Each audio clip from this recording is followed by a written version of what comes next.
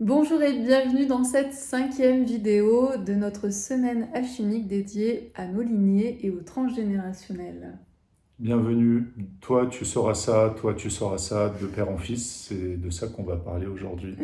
Tout à fait, notre vidéo en fait s'intitule Se détacher des prédestinés. Donc en ce qui me concerne, je pense qu'on a tous une destinée qu'on ne connaît pas forcément, mais ensuite c'est à nous en fait de nous adapter à ce que la vie nous propose. Mais ici, je voulais parler des prédestinés, c'est-à-dire tout ce que on va vous dire sur ce que vous devez faire. Donc ça veut dire quoi? C'est un peu, vous savez, toi mon fils, tu seras ça, toi ma fille, tu feras ça, toi tu es l'intelligent de la famille, toi tu es le bêta de la famille, toi tu es le petit gros de la famille, toi tu es. Vous savez, tout ce qui vous prédestine en fait, alors que vous êtes juste enfant et que vous n'avez rien demandé à personne, mais en fait on vous fabrique déjà un futur par rapport à. Finalement, c'est pas les personnes en quelque sorte qui vous jugent ou qui vous donnent cette prédestinée, c'est vraiment ce poids de notre transgénérationnel. Et quand vos parents vous disaient toi tu seras ça ou toi tu es le truc de la tel truc de la famille, etc. C'était pas ni gentil ni méchant.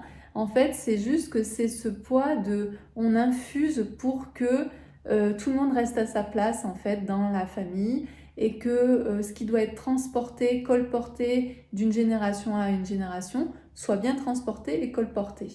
Et des fois, il y a des choses qui sont très bonnes. Il y a des aspects qui sont très bons et qu'on est tout à fait d'accord à être prédestiné à tel et tel succès. Mais par contre, il y a d'autres choses où on vous prédestine dans la mauvaise voie, en quelque sorte. Et moi, je crois qu'on a quand même toujours notre mot à dire, surtout quand on parle de prédestiné et même pas de destiné. Donc voilà, donc, je sais pas si toi, ça te parle, en fait, si toi, tu as pu vivre des prédestinés ou pas. Non, ça j'ai pas vécu. Ok, alors par exemple, ce qu'il peut y avoir comme prédestiné, par exemple, pour les femmes, qui arrive très souvent, c'est par exemple une femme, elle doit être bonne en français et nulle en maths, tu vois. Donc ça, Ah c'est ouais, la ok. société, mais en même temps, c'est vraiment aussi l'éducation. Par exemple, j'avais ma voisine, on avait le même âge, et elle venait d'une famille où les femmes étaient scientifiques. Donc, c'était normal que elle soit scientifique. Donc, elle avait déclaré elle-même qu'elle était bonne en maths. Et elle était assez bonne en maths, tu vois. Mais de l'autre côté, le français, c'était pas très important ou moins important. Donc, tout ce qui était rédaction, c'était pas trop son truc. Mais là, il y avait une véritable prédestinée, c'est-à-dire que les femmes de sa lignée étaient bonnes en mathématiques. Moi, ça a été totalement l'inverse. En fait, j'ai eu une prédestinée qui était à l'inverse, où en fait, les femmes de ma famille, que ce soit ma tante, ma mère, etc., elles étaient moyennes en fait à l'école. Donc moi, qu'est-ce que j'ai fait? J'ai fait moyenne. Je me suis pas trop posé de questions, j'ai fait moyenne. Et donc en fait, j'ai fait toute ma scolarité moyenne. Et ça, c'est vraiment quelque chose qui était assez incroyable parce que je me disais pourquoi elle est bonne en maths, pourquoi moi je serais moyenne en maths ou même parfois nulle en maths. Et ça, c'est vraiment important en fait de pouvoir identifier à quel moment vous avez eu des prédestinés qui étaient vraiment liés à votre famille. C'est-à-dire que dans votre famille, les femmes sont tout le temps au foyer ou dans votre famille, les femmes sont toujours, je ne sais pas quoi, sont toujours bonnes en maths et doivent faire une filière scientifique. Ça, c'est des choses qui ne se posent pas. Et on voit bien qu'ici, c'est pas lié à la société, c'est vraiment lié à la famille et dans le bain dans lequel vous êtes nourri. Et surtout qu'aujourd'hui, je rigole parce qu'en fait, des maths, oui, je fais pas des maths scientifiques, mais je fais des maths toute la journée. Ouais. Par le calcul, par les réductions, par tout ça, en fait, ça fait partie de mon quotidien et c'est pas quelque chose qui me rebute. Mais à l'époque, c'était vraiment ta prédestinée, c'est tu es nul en maths. Et donc voilà, donc ça c'est important d'identifier vos prédestinés. Et si vous avez des prédestinés, même si vous avez 50 ans, 60 ans, 70 ans, peu importe en fait l'âge que vous avez, vous pouvez en fait vous rendre compte de ces prédestinés et de vous dire mais est-ce que je peux, je ne pourrais pas faire différemment où je ne pourrais pas changer finalement mon image. Voilà. Par exemple, si vous avez toujours été traité de la bouboule de la famille, est-ce qu'aujourd'hui vous n'avez pas envie de changer en fait cette prédestinée et vous dire mais non, en fait je veux plus être la bouboule de la famille. Et pourquoi je dis ça? C'est parce que c'est très dur en fait de changer de costume. Parce que dans la famille, vous êtes identifié à ce descriptif, à cette caractéristique-là, qui renvoie inconsciemment à un aïeux. Donc vous êtes vraiment le portrait craché de cet aïeux, vous l'incarnez, et donc forcément personne ne veut que vous sortiez en fait de ce carcan, personne ne veut que vous sortiez en fait de cette place, de ce personnage en fait que vous jouez. Parce que si vous sortez de cette place, vous mettez en péril en quelque sorte le système familial. Donc ça c'est vraiment très important parce qu'en général quand vous commencez à faire quelque chose, tout le monde va vous empêcher de le faire et encore plus pour votre famille. Alors bien sûr on va le dire oui parce qu'ils ont peur pour toi, parce que machin, mais il y a surtout aussi inconsciemment le poids de la famille qui est là et qui dit mais non, elle doit pas sortir de là. Et par exemple, moi je suis d'une famille en fait de fonctionnaires, de salariés, et effectivement tout mon cursus était impeccablement fait pour être salarié et comme me disait mon père, mais t'as tous les atouts pour devenir directrice d'agence. Et bien sûr mon père était directeur d'agence. Donc tout avait été tracé en quelque sorte, prédestiné. Et quand j'ai commencé à dire à mon père je vais me mettre à mon compte, je vais devenir indépendante et entrepreneuse, forcément ici j'ai cassé en fait une prédestinée où c'était hyper important en fait que dans la famille on puisse être à cette place-là de salarié, monter dans les échelons parce que c'était ce que j'avais fait, de monter petit à petit, etc. Et d'avoir effectivement cette formation pour devenir ensuite aller à ce poste-là. Donc moi c'était pas du tout mon objectif quand j'ai dit à mon père mais moi qu'est-ce que tu veux que je fasse en tant que directrice d'agence, ça c'est pas du tout mon kiff. Par contre effectivement être indépendante, avoir mon propre business, pouvoir décider de moi-même, c'est quelque chose que j'ai envie de faire et que j'ai envie d'explorer, et donc forcément j'ai cassé cette prédestinée pour aller plus, je pense, vers ma destinée, vers quelque chose qui était plus en lien avec mes aspirations. Alors peut-être que je recommence des choses de ma grand-mère, de mon arrière-grand-mère plutôt, j'en sais rien.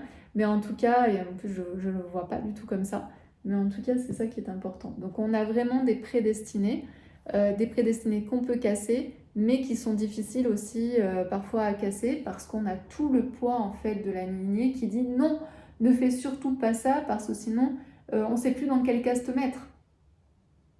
Et c'est vrai qu'aujourd'hui, je ne sais pas trop dans quelle case je suis. Évident, hein.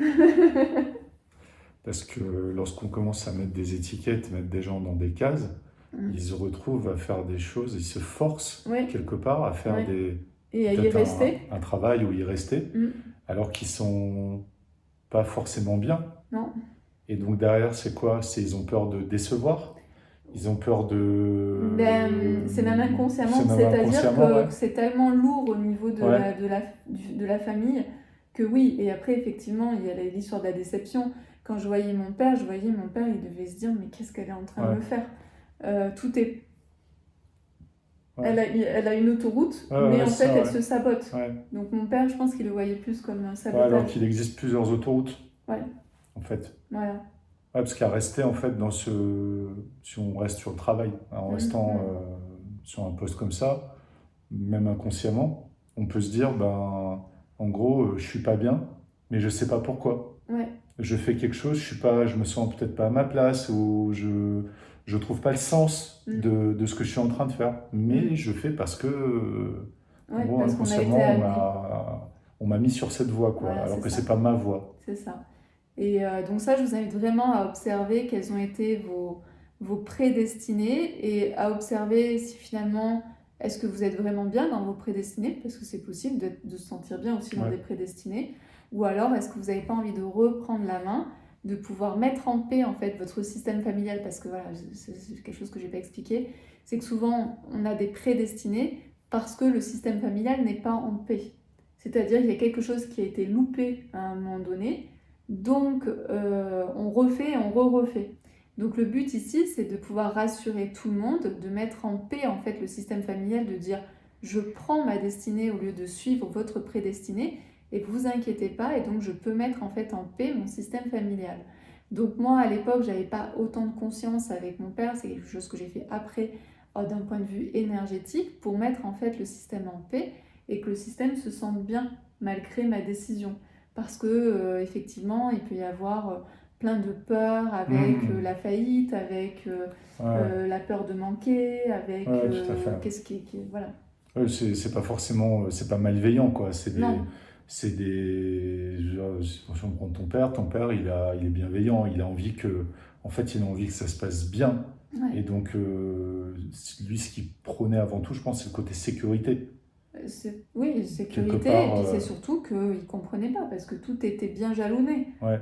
Et donc, lui, il l'a vécu plus comme un auto-sabotage, alors que moi, je le vivais comme une délivrance, quoi. Et ouais, voilà, ouais. Et c'était un auto-sabotage, en quelque sorte, par rapport à ma prédestinée familiale. Ouais. Mais pas par rapport à toi. À ma destinée, Voilà. à moi. Donc voilà, donc je vous invite à comprendre en fait ce mécanisme de prédestinée et donc de s'en détacher. Et pour s'en détacher, c'est de mettre en fait en paix votre système familial pour que vous puissiez en fait vous autoriser à aller vraiment vers votre destinée, vers ce qui est vraiment vous et vraiment vous. Après, je ne sais pas si un jour on est vraiment soi, je pense que c'est une quête de toute une vie pour le coup, mais en tout cas de vous sentir encore plus proche et d'aller vers des projets, vers des jobs, vers des gens, vers des amoureux qui sont vraiment plus en lien avec vous, votre destinée, plutôt que de votre prédestinée. Et par exemple, tu vois, la prédestinée, pour ma mère, c'était vraiment... ça me fait penser, je rajoute un truc, mais tu vois, ma mère, elle était...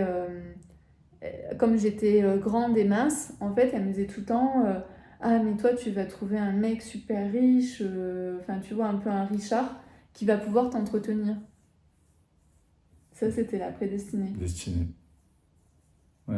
Pas du tout prédestinée que j'ai suivie, Ouais. mais je comprenais pas pourquoi ma mère voulait ça. Et en fait, c'est elle ce qu'elle a fait, c'est-à-dire en quelque sorte où elle a trouvé un homme qui était ingénieur et directeur et machin, donc elle savait que au niveau argent, il y avait le pourvoyeur qui était présent.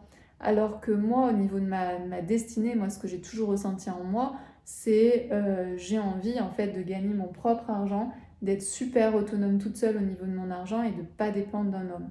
Ensuite, si l'homme avec qui je suis a de l'argent, c'est parfait, j'ai pas, voilà. Mais je ne veux pas dépendre d'un homme. Et donc, elle, c'était hyper important dans sa destinée d'être avec un pourvoyeur, ce qui a bien sûr été le cas de ma grand-mère. Et voilà. Donc, de trouver un homme solide, qui a un job solide, qui a un revenu solide, pour pouvoir être tranquille en quelque sorte. Voilà. Et ça, c'était quelque chose que je ne comprenais pas du tout. Ma mère, elle me disait, mais t'es grande, t'es mince, tu vas pouvoir trouver un homme super riche, etc., qui va pouvoir t'entretenir. Voilà. Bon. C'est comme ça. En tout cas, si vous avez envie de creuser le sujet sur se détacher des prédestinés, et comme j'ai dit, peu importe en fait votre âge, et vous voyez, il y a toujours plein de choses en fait qui fait écho à un moment donné. Et on a toujours le choix à un moment donné de se dire je vais dans ma prédestinée ou je vais dans ma destinée. Et on peut toujours sortir en fait d'une prédestinée pour aller vers sa destinée. Et peu importe son âge. Donc si vous avez envie d'aller plus loin sur ce sujet-là, je vous invite à vous inscrire puisqu'il reste que quelques jours maintenant. Mais en tout cas, vous pouvez vous inscrire au programme Se libérer des blocages transgénérationnels et avoir donc le programme à moins 50%. Mais il ne reste que quelques jours. Donc quelques jours, même 2 jours, en fait 48 heures, même 48 heures. Voilà. Donc à très vite. À bientôt.